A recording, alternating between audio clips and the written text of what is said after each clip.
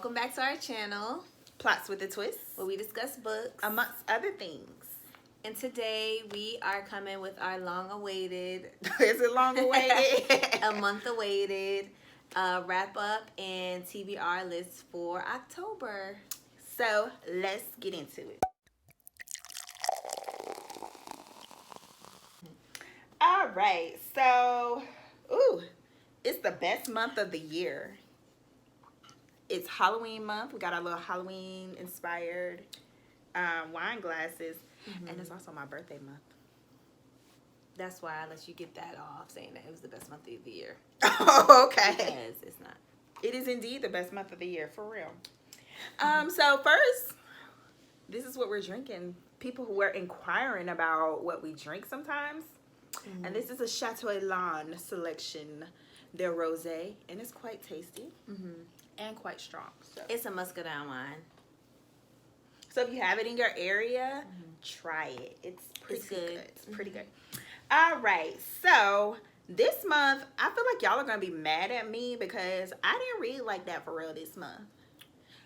It's, her typical pattern, but for me, it's like, Kristen, you didn't read? A lot was happening, a lot was going on, had some transitions in my life, but we're gonna get back on board this month, the best month for October. But yeah, for September, let's just get into what we read. So what you want to start? Okay, so for September, I think the first book that I read was Tiny Imperfections by Alli, Frank, and Asha Youmans. Yes, so which we've done a review video on that book. It was a cute book, loved it. Was what I needed to get my ball back rolling as far as like reading more back to back. But we did do a review, so we will link that down below if you want to see the full summary and our thoughts on Tiny Imperfections. So, what'd you read, Kristen? So I cheated a bit because this is actually a book I left off of our last wrap up. But I'm gonna pretend like I read it in September since it's new to you guys. And that's The Shadows by Alex North. So I actually participated in a IG group book discussion on it. It was really cute by two book addicts. I'll put their information below. But they hosted it, and so basically Alex North, he debuted. He's been writing, but his debut was The Whisper Man. I didn't read that, but it won some good read awards last year, and it was on my list. But he came out with The Shadows this year, so I was like, okay, let me scoop that up. So The Shadows is about, let me remember. The Shadows is about this guy. He returns from home to take care of his mother. Haven't been back to the town in like, 20 years or so? I can't remember how long the time frame, but it's been a while since he's been back to his hometown.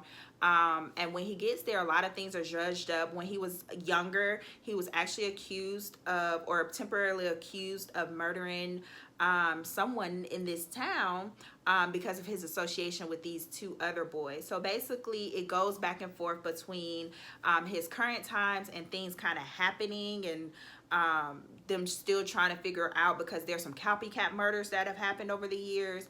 But it goes back to what his friendship with this boy who was obsessed with dreams, and basically would get them to catalog their dreams to get into this land where if they do this ritual, they'll stay there forever.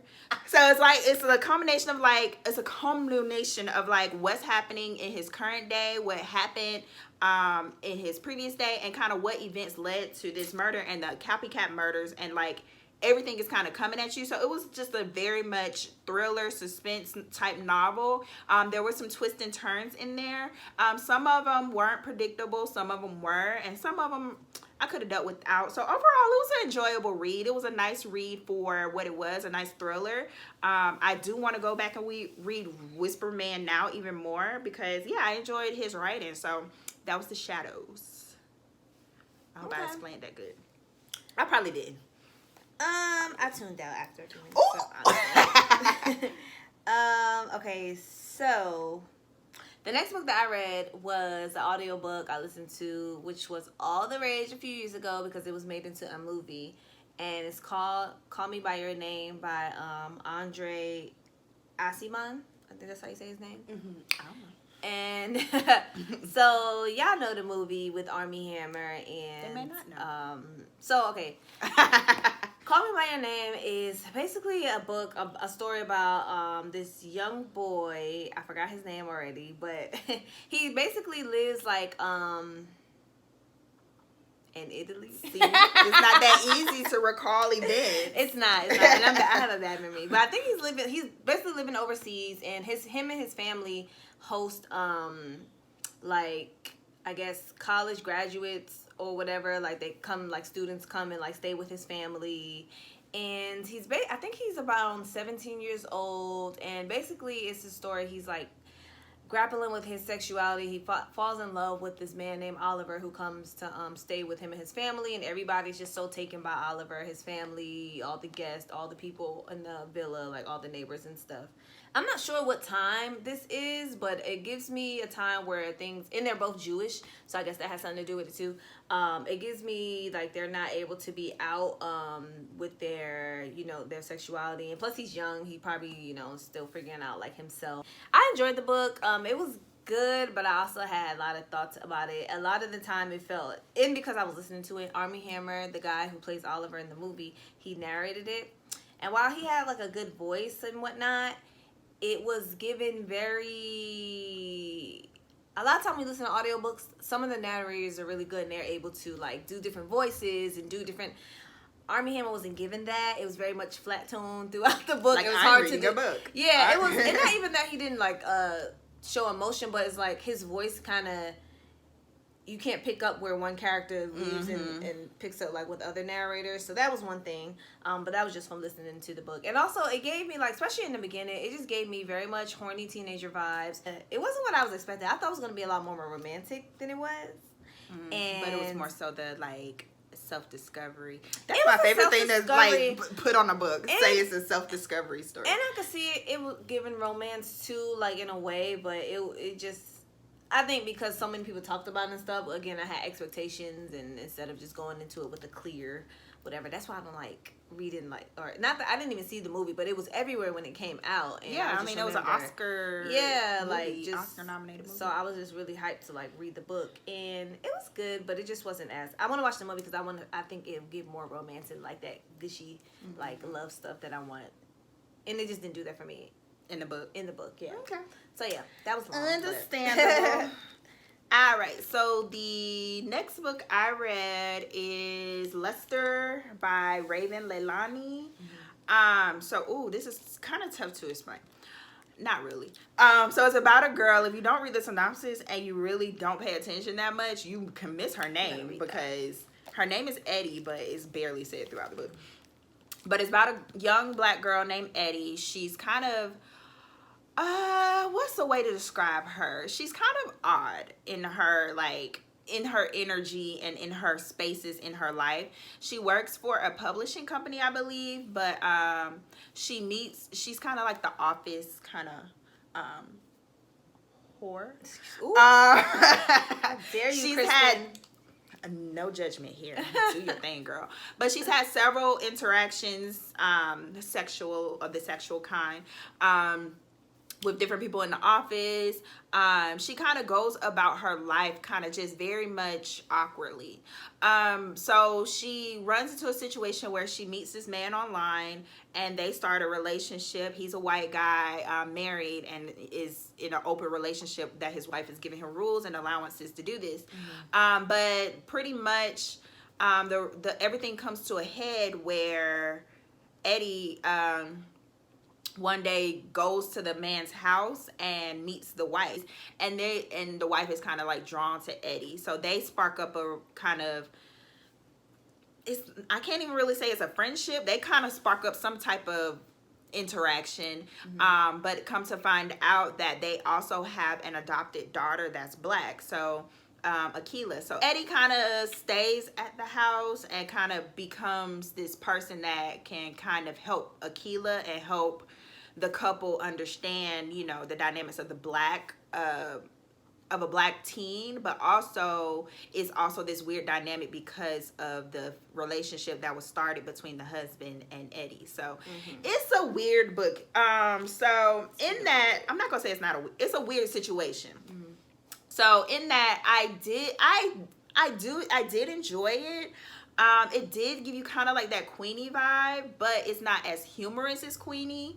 If you've read Queenie, you feel like herself, how she views herself is kind of how she allows people to treat her, and kind of how she handles herself in her sexual situations, because they are very off-putting, some of them, but she enjoys she enjoys it. So I don't know if that's relating back to her kind of own self-esteem, but she's kind of got some stuff, some trauma that's packed up in her sexual life that you're like, why is she allowing this? So in a way, it is kind of like that awkwardness, that off-puttingness. But like I said, with Queenie, it was a little bit more humorous. With Eddie, it's kind of like, girl, see a therapist. What is going on? So yeah. And then the situations are different too. I feel like Raven Leilani is a more labored writer, because it is very kind of literary in its own way. It almost gave me vibes of like the way it's written, kind of like a Salvage the Bones type, not because the way it's written is very, you can kind of get lost in a sentence. But overall it is very like, you catch up, you can whatever, but it's overall a good story. I'm not sure how to 100% feel about it, because it has some moments where it's off-putting, but you still are drawn into the story. You still want to know what happens. So I would just put it there. It's good, but you know, reader beware. Like, it might,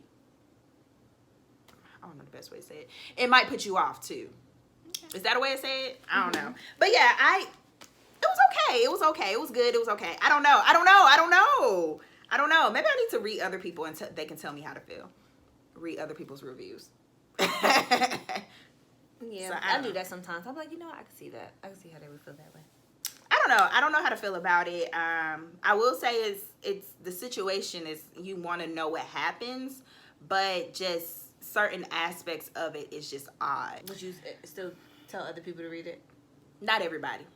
I tell you to read it, but I wouldn't tell like the average Joe or like some of my friends. I wouldn't tell them to read it, because they'd be like, oh, like I told them about it. They was like, oh, that sounds interesting. But once you actually are reading it, it's a like I said, it's a little bit of a labored read. So you have to kind of stick in there to kind of get the gist, and they will probably tap out just based off of the writing style. Right. So yeah, but the situation overall is kind of like, it draws you in, so you kind of go through that labor to get to the point, if that makes sense.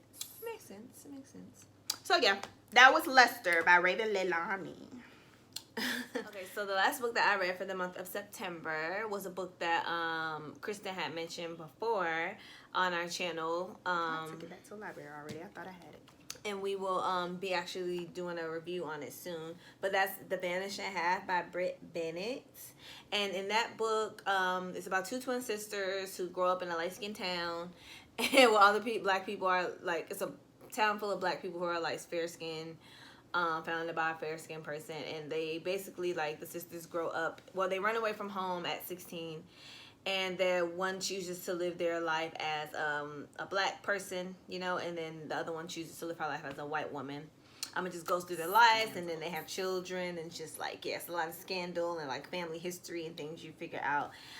Very good book, very good book. We waited a long time to read that book too, because it was everywhere for a while, and then couldn't get our hands on it, and then I ended up buying it, but I left it somewhere, so I don't have it right now to show you guys. But so yeah, so that is, I'm glad I read that one to finish my month off with a bang, because it was a good book, and I can't wait for us to do the review. So yeah, look out for the review on that. That should be coming soon.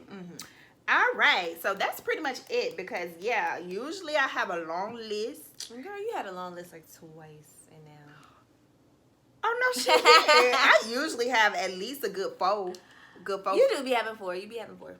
Thank you. So give me my props. But this month, yeah, I had 2 full books, and then the one that I forgot. So yeah. But next month, I'm coming with a bang because it's Me the too. best month, October. So let's get into what we will be reading for October. Okay.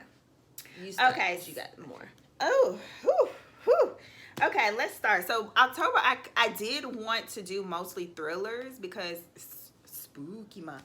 But I end up getting some books from the library that, you know, may prevent that. So this is kind of like scary. This is My America by Kim Johnson. I'm going to get into that. If it's about, it says, they look at my father and think murderer. They look at my brother and think thug. They look at me and think I'll be quiet. They are wrong. That is scary. That's scary, yeah. So this is My America. I'm going to get into this month. So I'm not sure, 100% sure it's about, but by the title, I can already, and the cover, I can kind of tell. You can see where it's going. So yeah, that's my first one for October. I don't have none of my books. Give me yours right there. Okay, so what I'm gonna be reading this month, as well as Kristen, is Transcendent Kingdom by Gyasi. And I'm not sure what this is about. It's about somebody studying neuroscience. That's good enough. Yes. Okay, so it says it's a novel about a Ghanaian family in contemporary South. And it's an intimate portrait of a young woman's spiritual, intellectual legacy of unmanageable loss. So she deals a lot with like loss and that type of thing. I feel like in her last book, even though I didn't read it, I remember Kristen telling me what it is. I have it. I mean, her last book was really good, and that was her debut, and it was like awesome. Yeah. Which I need Homegoing, but this one, I'm not sure what it's about either. But I like the cover a lot. Yeah, I've been seeing it everywhere, and I think it dives into some of the same themes. I might buy it so I can have both her books. Get it, okay? I support you. But yeah, I plan to join her on that. So next, oh my god. this is a rollover. So it keep rolling over. Lakewood, by Megan Giddings. Giddings. Okay. Yeah, I was supposed to read it last month. A lot was happening, so I didn't. So I'm gonna finish it. I'm gonna finish it this week. I promise. So that's another one I plan to get into. Okay, so another one that I'm gonna get into this month is a book called Hood Feminism by Mikki, Kendall, and it's a nonfiction book. It's a collection of essays. Basically from the author, talking about how the modern feminism movement really doesn't apply to, like, it only basically caters to a certain type of woman, and it kind of leaves all the like minority women out, and just gets into those issues, and how modern feminism should be tackling mental health and spirituality and all those things. So it's been on like my personal TBR list for a long time, since it came out. I think it came out last year. Why is it personal? Like I wouldn't want to read it? No, I don't think you would want to read it. But it's something I know I've been wanting to read for a while. You can read it. You want to read it? I might buy it. I might have to end up buying it. So if I do, you can read it, and then we'll see. But yeah, Hood Feminism by Mikki, Kendall. That is on my list for this month. All right. So for me, another thriller that I was able to get, Home Before Dark by Riley Sager. So I have that on the audiobook on the Libby app. And yeah, I'm really excited. I don't know what it's about, but I did enjoy his other book I read earlier this year, Lock Every Door. And I realized when I read that he had multiple books and people were singing his praises. So I was like, where has he been on my radar? So yeah, since this is his latest one, to go ahead and get that checked out, and I got it right in perfect time for October, so we'll be listening to that soon as well. Okay, so the last book that I'm gonna plan on reading this month is called Mexican Gothic by Silvia Moreno-Garcia. Yeah. So Kristen read one of her books previously on our channel called The Gods of Jade and Shadow. Yes, and I mentioned that on our last video, most disappointing reads. Yeah, I think so. So she didn't realize, she's the one that put me onto this book, and I did see it like going around. And I'm not sure what it's about either. I just know it's in the horror genre, so we figured that'd be good for a spooky month, October. But then Kristen figured out that it was from the author from the book that she didn't like, and she was like, then we but anyway, I started listening to it. she might have redeemed herself. She might have redeemed herself. Yeah, I'm joining Asia on that as well, and I have it on audiobook, so. Okay. And other than that, I also have another audiobook that I just realized became available, Black Leopard, Red Wolf by Marlan James. I have that too. Available audiobook. So there's another one. So we can do that one too. All right. So that was on our like big list to read this year because it came out I think last year or something like that. I'm not sure what it's about, but Marlan James is a noted kind of Black author. So excited to kind of get into that, see what it's about. I've seen mixed reviews, mostly positive though. So we'll see. All right, and that's pretty much it, I think. That is it. Let us know what you guys are reading for this month that Kristen claims is the best month or whatever. It is the best month. It's October. Comment down below and let her know that this is the best month. No, don't let me know that. But you can let me know what you're going to read this month. All right. Like this video, you guys. Subscribe. Ring the bell so you can know when we post our little videos and whatnot. And we'll see you guys next time. Bye. Bye. Say bye, Charlie. Did you drink your little stank wine? I did. Okay.